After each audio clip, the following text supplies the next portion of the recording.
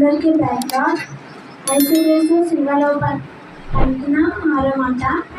యోహాను సువార్త 19:30. యేసు ఆ చిలుక పుచ్చుకొని సమాప్తమైనదని చెప్పి తల వంచి ఆత్మను అప్పగించాడు.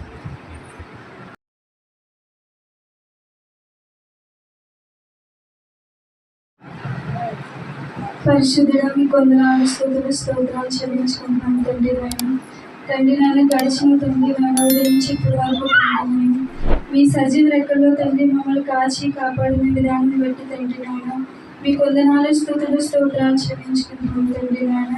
తండ్రి నాయన ఇప్పటి వరకు తండ్రి నాయన కలవరి సింహలో పలికిన తండ్రి 7 మాటలు, అమూల్యమైన మాటలు తండ్రి నాయన.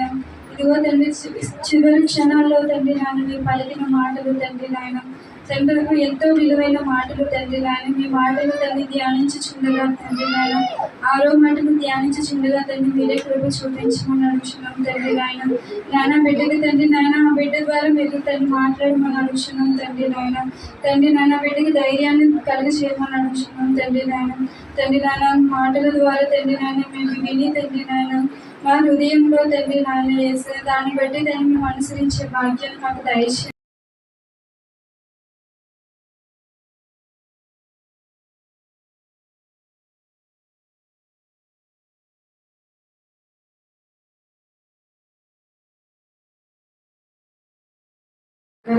శుభ శుక్రవారం శుభాకాంక్షలు తెలియజేస్తున్నాను. ఈ అవకాశాన్ని దయచేస్తున్న దైవజనుడికి నా దగ్గర చెల్లించుకుంటున్నాను. నేను అసలు ఈ సంవత్సరం చెప్తానని అనుకోలేదు. నేను ఎక్స్పెక్ట్ చేయలేదు. ఫస్ట్ పేరుగా ఇవ్వలేదు నేను అంకుల్కి చెప్తామని అడిగినప్పుడు. కానీ ఆ రోజు సాయంత్రం నేను ఇంటికి వెళ్ళాక నాకే అనిపించింది పేరు ఇవ్వకుండా నేను ఎందుకున్నాను అని చెప్పేసి నాకు నేనే ఫీల్ అయ్యాను ఆ రోజు. నెక్స్ట్ డే లాస్ట్లో చెప్తాంలే ముందే వద్దు అని అనుకున్నా. కానీ దేవుని కృప అంకుల్ ద్వారానే చెప్తామని మళ్ళీ 2వ సార్లు నన్ను అడిగారు అంకులు. అందుని బట్టి దేవునికి వందనాలు చెల్లించుకున్నాను. దేవుని కృపను బట్టి నాకు ఈ దినాన మీ అందరి ముందు నిలబెట్టిన ప్రభువుకి వేలాది వందనాలు చెల్లించుకుంటున్నాను. యేసుక్రీస్తు సిలువలో పలికిన 6వ మాట. యోహాను సువార్త 19.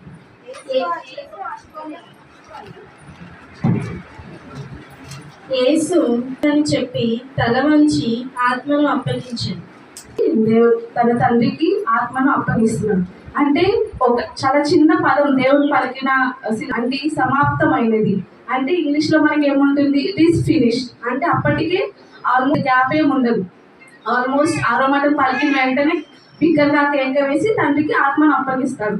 ఆల్మోస్ట్ అప్పటికి తన ప్రాణంలో ఉన్న తన శరీరంలో ఉన్న ప్రాణం అంతా పోతుంది. అప్పటికి దేవుడు నీవు సమాప్తమైనదని చెప్పి దేవుడి మాటను పలుకుతాడు అనమాట. అయితే దేవుడు ఏ పని సంపూర్తి దేవుడు ఆ మాట సిలువలో పలికాడంటే యోహాను సువార్త 10వ అధ్యాయము 10వ వచనం. దొంగతనమును, హత్యను, నాశనం, గొర్రెలకు జీవం కలుగుటకును అది సమృద్ధిగా కలుగుటకును నేను వచ్చి తినని మీతో నిశ్చయంగా వచ్చారంటే గొర్రెలకు సమృద్ధిగా జీవం అంటే నిత్య జీవాన్ని దేవుడు మనకు అనుగ్రహించాడనమాట.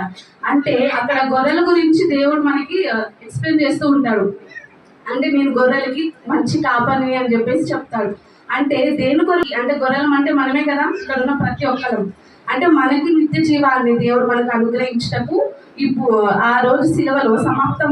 2వ మనం చూసుకున్నట్లయితే లూకా సువార్త 19వ అధ్యాయము 10వ వచనం.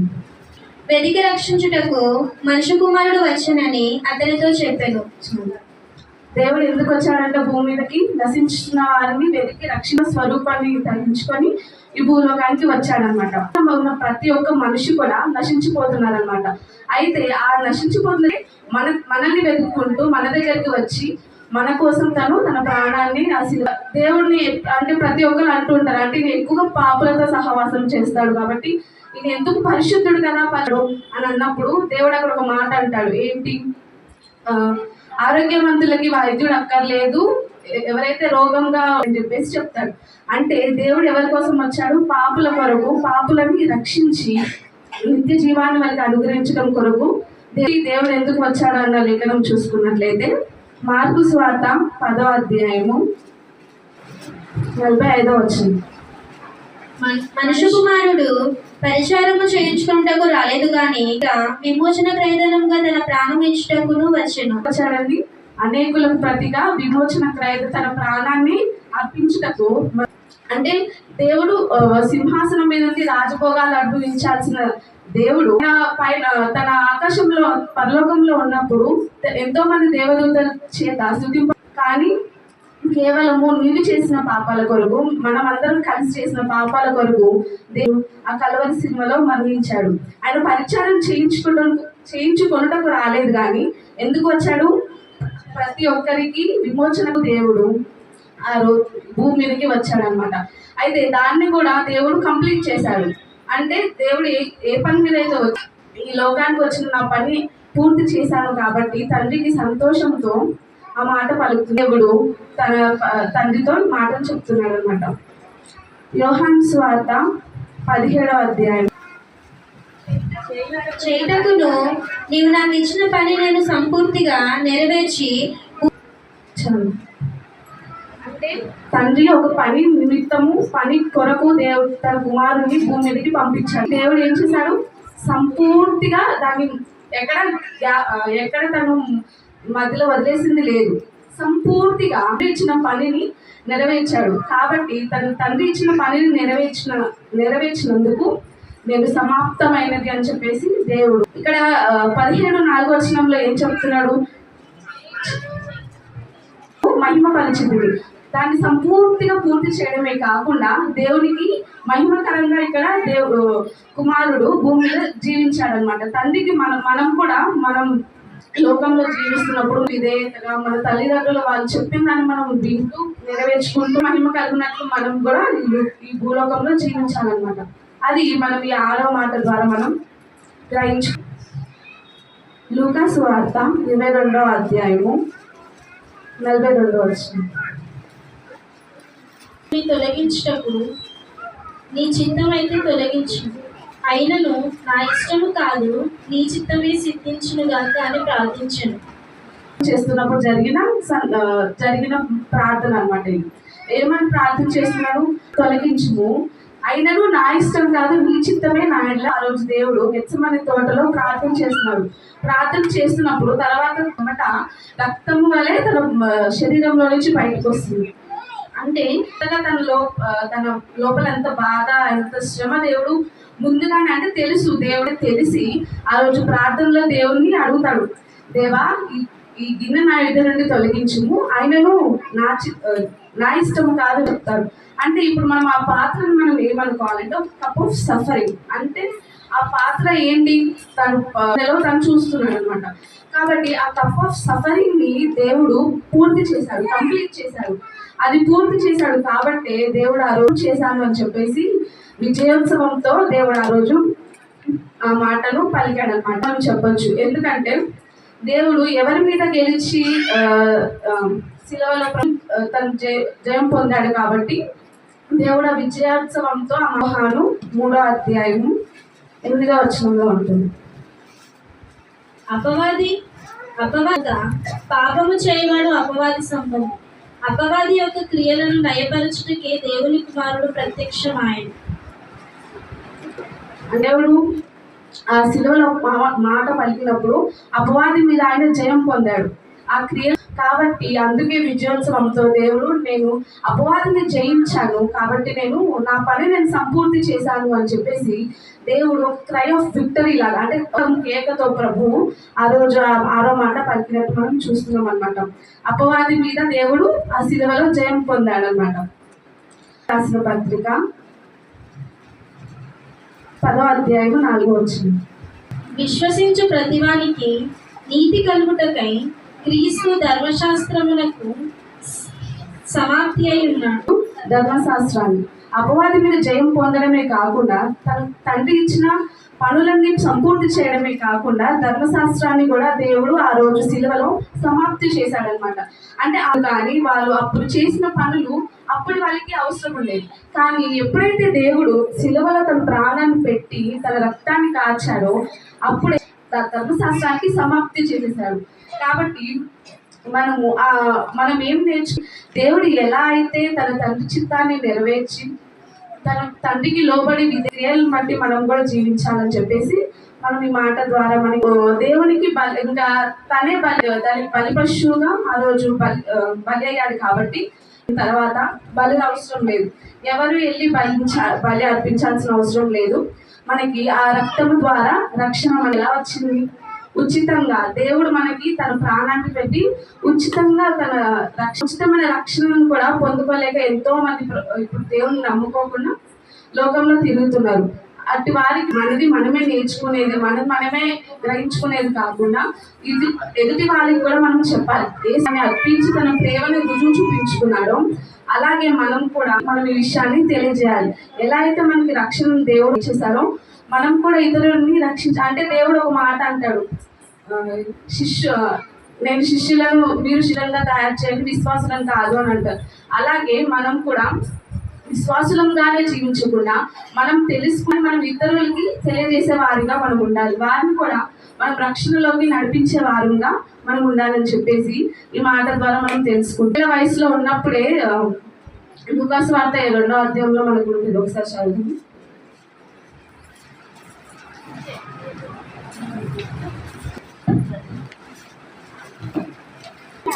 ఆయన మీరేలా నన్ను వెతుకుచుంటిరి?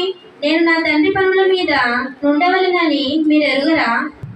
అంటే 12 ఏళ్ల వయసులో ఉన్నప్పుడే దేవుడు ఏం చేస్తున్నాడు? తన తండ్రి చిత్తాన్ని తనకి ఏదైతే చిన్న వయసులోనే దేవుడు ప్రారంభించాడు. అంటే 12 ఏళ్ల వయసు అంటే అంత పెద్ద వయసు ఏం కాదు కదా, ఉన్నది ఇప్పుడున్న 12 ఏళ్ల వయసు పిల్లలకి. కానీ దేవుడు 12 ఏళ్ల వయసు వాడు అయినప్పటికీ కూడా అక్కడ వాళ్ళకి క్వశ్చన్లు వేస్తుంటే వాళ్ళు తిరిగి వాళ్ళే ఆశ్చర్యపోయారు. ఇక్కడ మొత్తం అదే వాక్యం ఉంటుంది.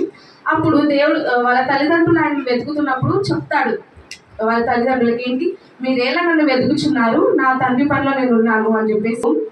తను ఏ పని నిమిత్తం అయితే భూమి మీదకి వచ్చాడో, తను ఏ పని చేయటానికి తను భూమి మీద ఉన్నాడో అప్పటి నుంచే తన పని ప్రారంభాలు దేవుడి పని మీద, దేవుడు ఇచ్చిన పని చేయుటకే దేవుడు భూమి మీద మన కోసం చేశాడు. ప్రతి ఒక్కటి ఆయన పని చేస్తూ కంప్లీట్ చేశాడు. కాబట్టి దేవుడు ఆ రోజు సిలువలో 6వ మాటగా సమాప్తమైనది అని చెప్పేసి బట్టి మనం ఏం తెలుసుకోవాలంటే మన జీవితంలో మనం ఎలా అనువదించుకోవాలి. తర్వాత మనం అందరం పరలోకంలో నిలిచినప్పుడు దేవుడు ప్రతి ఒక్కరిని ప్రశ్నిస్తాడు, నువ్వేం చేసావు నా కొరకు, నువ్వేం చేసావు అని ఏం సమాధానం చెప్తావు? నేను ఏదైనా చేశాను అని చెప్పేసి చెప్తారా? ఏం చెప్తారు అప్పుడు దేవునికి సమాధానం? ఏం చెప్పలేము కదా, ఎందుకంటే మనం ఏదైనా చేస్తేనే దేవునికి ప్రభువా నేను చేసి చెప్తాం. అలాగే మనం మన జీవితంలో ఎలా ఉండాలి అంటే తలాంతులు ఇచ్చినప్పుడు ఎలా అయితే తన యజమానుడు తనకి ఇచ్చిన వాళ్ళని ఎలా అయితే మెచ్చుకుంటాడో మనం కూడా అదే అప్రిషియేషన్ మనం కూడా వచ్చేలాగా మనము జీవించాలి. ఎలా అయితే దాసుడా నా సంతోషంలో నువ్వు పాల్పంచుకున్నావు, అలాగే జీవితాన్ని మనం జీవించాలి, మనం దాన్ని కొనసాగించాలన్నమాట. ఇంకొకటి మనం ఏం తెలుసుకున్నామంటే 2వ అధ్యాయం 7వ వచనం.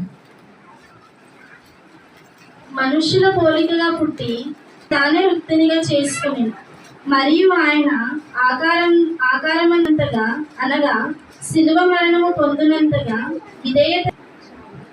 అంటే దేవుడు మన కొరకు ఎలా అంటే తన శిలువ మరణం పొందునంత పరలోకపు తండ్రికి తండ్రికి యేసుక్రీస్తుకి విధేయత చూపించిన వారుగా మనము జీవితాలి. తండ్రిని ప్రేమిస్తామో దేవుడిచ్చిన దేవుడిచ్చిన శారీరకమైన తల్లిదండ్రులు ఎలా అయితే మనము వాళ్ళ కోసం మనం కూడా మనము విధేయత చూపించిన వారిగా మనము జీవించాలి. ఆయనకు లోబడి మనము బ్రతకాల్సుకోవాలంటే లూకాసు వార్త 9వ అధ్యాయము 23వ వచనం. మరియు ఆయన అందరి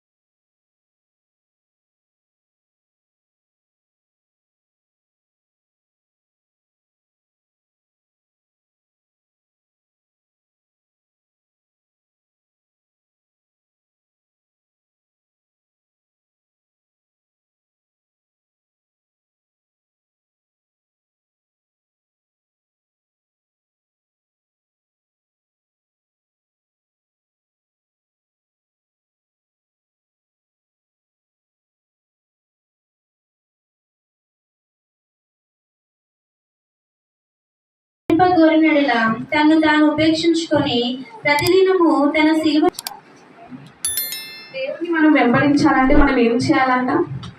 ప్రతి దినము మన సిలువని ఎత్తుకొని మోయలేకపోయాడు. అలాంటి మనం రోజు సిలువని మోయాలి అంటే ఉండాలి. ప్రతిరోజు దేవుని చిత్తాన్ని మనము జరిగించేవారుగా మనము జీవించాలన్నమాట. నిజంగా తెచ్చుకొని నిజంగా మోస్తామా? అలా కాదు. ఎలా అంటే దేవుని చిత్తాన్ని మనం జరిగించాలి. తండ్రికి విధేయత చూపించాలో మనం కూడా అదే విధేయత మనం చూపించినాగున మనం రోజు మన సిలువని ఎత్తుకోవాలి అంటే మనము దేవుడు చూపించిన మార్గంలో మనం నడవాలి. ఆ బోధన మనము జరిగించాలి అని చెప్పేసి మనము ఈ 6వ మాట ద్వారా మనం తెలుసుకుంటున్నాం అనమాట. ఇంకా చాలా మంది ఒకరికి క్షమించాలన్నా, ఒకరికి ఏమన్నా ఫర్గివ్ చేయాలన్నా అంత ఈజీగా ఎవరు చేయలేరు. కానీ భూమి మీదకి ఎలా అయితే వచ్చాడో దేవుడితో పోలిస్తే మనం ఎంత కదా. కాబట్టి మన అహాన్ని మనం చంపుకొని దేవుని యందు మనము విధేయత కలిగి మనం జీవించినట్లయితే మనం కూడా దేవుడు మనకు అనుగ్రహించిన రక్షణను మనము పొందుకోగలుగుతాము. అంటే దేవుని పట్ల ప్రతి ఒక్కరికి దేవుడు ఒక ప్రణాళిక, ఒక ఉద్దేశం కలిగి దేవుడు మనల్ని సృష్టిస్తే ఏంటి, మన ఉద్దేశం ఏంటి అని చెప్పేసి మనం ప్రతి దినము మనం దాన్ని గ్రహించుకోవాలి. దాన్ని బట్టి మనం నేను ఇది చేస్తున్నాను అంటే ఇది నీ చిత్తం ప్రభా, నేను ఇది చూస్తున్నాను, ఇది ఏదైనా నేను ఏమీ చేయలేము ప్రభా అని చెప్పేసి ప్రతి దినము కూడా మనము ఆయన శిలువను ఎలా మోసుకుంటున్నాము అంటే ఆయన మనము దాన్ని పూర్తి చేస్తూ ఎలా అయితే దేవుడు తన తండ్రి ఇచ్చిన పనిని సంపూర్తి చేసి విజయోత్సవం ఒక రోజు దేవా నువ్వు నా ఎడలో ఈ ప్రణాళిక నేను చేశాను ప్రభు అని చెప్పేసి మనం కూడా అలాగే చెప్పేవారిగా మనము ఉండాలని చెప్పేసి ఈ 6వ మాట ద్వారా నేను